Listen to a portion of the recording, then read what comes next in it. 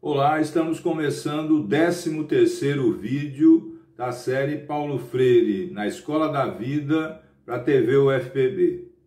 E nesse vídeo a gente vai focar um ponto muito importante dentro da trajetória do Paulo Freire, que é as suas ideias, as suas práticas a respeito da educação de jovens e adultos.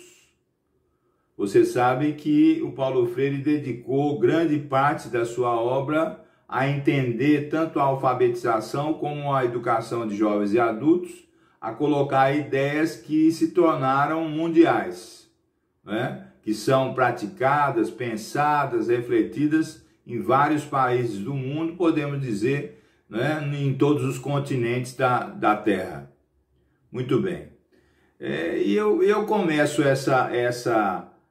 esse destaque perguntando para você o que é mais importante?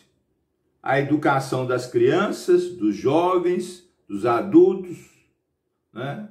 O que é mais importante?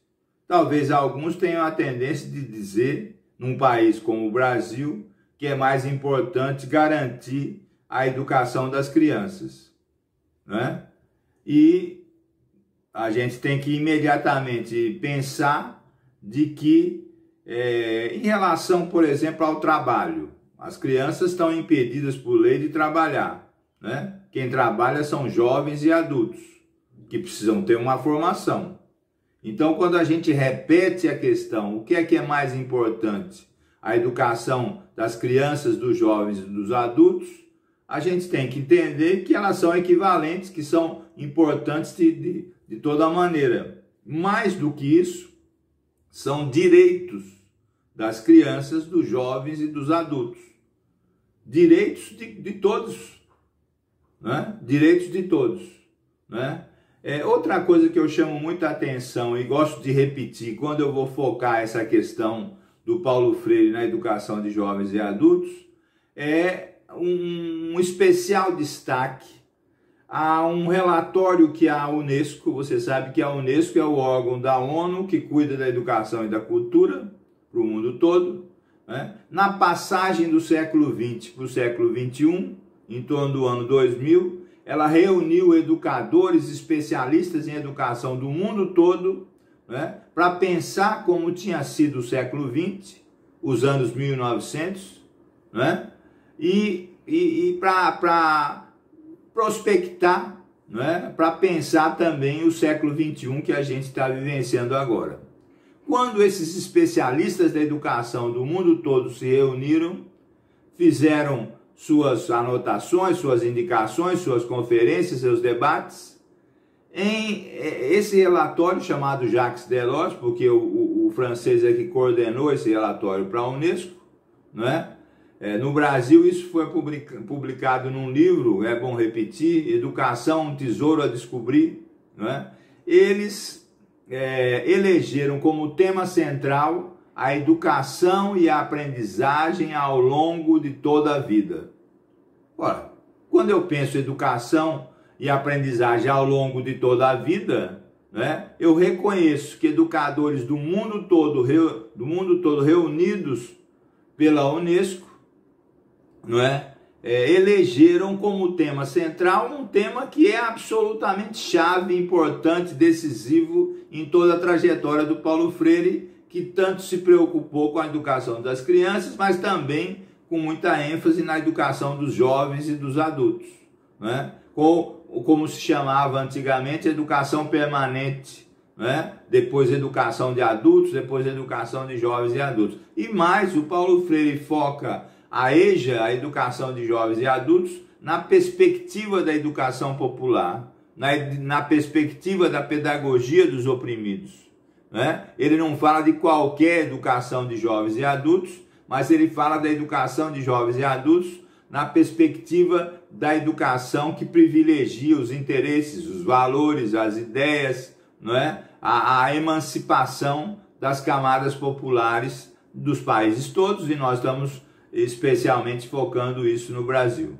não é? Isso é muito importante da gente afirmar, não é? Isso vem desde a preocupação dele com a alfabetização lá nos anos 50 e anos 60, não é? E a gente pode afirmar categoricamente que ao mesmo tempo que a gente reconhece que a educação de jovens e adultos não é a totalidade do trabalho do Paulo Freire, a gente tem que reconhecer que a educação de jovens e adultos é uma das esteiras principais do seu pensamento, não é? É um dos eixos absolutamente centrais da sua visão da educação, justamente porque ele reconhece o direito à educação não só das crianças, né, mas também dos jovens e dos adultos.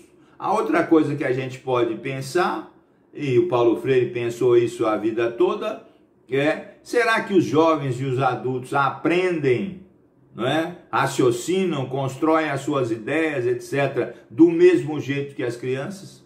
Será que a formação dos professores para a educação de jovens e adultos deve ser a mesma formação dos professores e professoras que vão trabalhar com as crianças? Claro que não.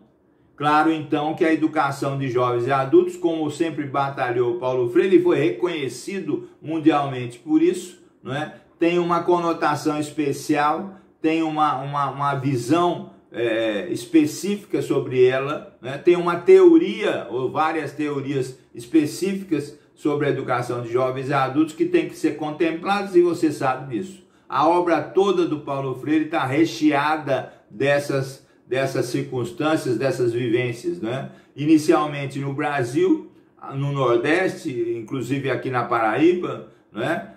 Com os movimentos de cultura popular que trabalhavam também com alfabetização, não é? Depois ele estende isso pelo exílio todo, trabalhando na América Latina, depois na África, na Europa, não é? O seu pensamento vai ganhando uma construção que tem na EJA, na educação de jovens e adultos, um pilar fundamental, um núcleo fundamental, não é?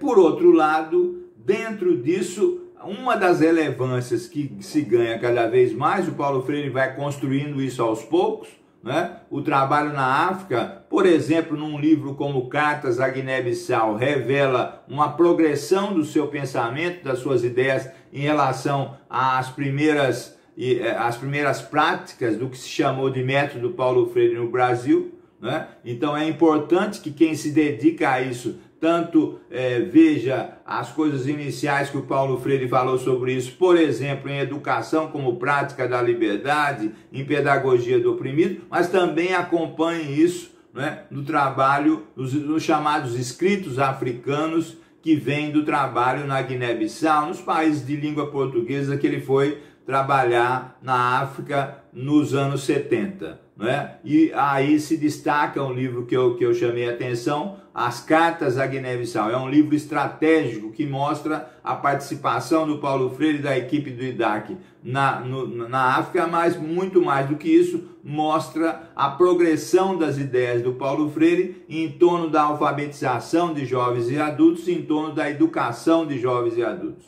Né? Para isso também, esse livro ganha uma visão especial, porque dentro dele está a questão da formação dos educadores de jovens e adultos, né? Que é uma questão relevante e que, a meu ver, não tem ganho o necessário desenvolvimento no Brasil ao longo desse tempo, muito menos agora nesses tempos atuais. E isso a gente tem que chamar a atenção, não é? A gente tem que chamar a atenção porque as políticas públicas de educação de jovens e adultos precisam ser cada vez mais destacadas, mais relevantes, precisam ganhar uma notoriedade cada vez maior, e na medida que isso se faça, é inevitável que o pensamento do Paulo Freire, as contribuições do Paulo Freire ganhem uma notoriedade cada vez maior, porque ele enfatizou muito essa questão, o direito ao conhecimento, o direito à aprendizagem,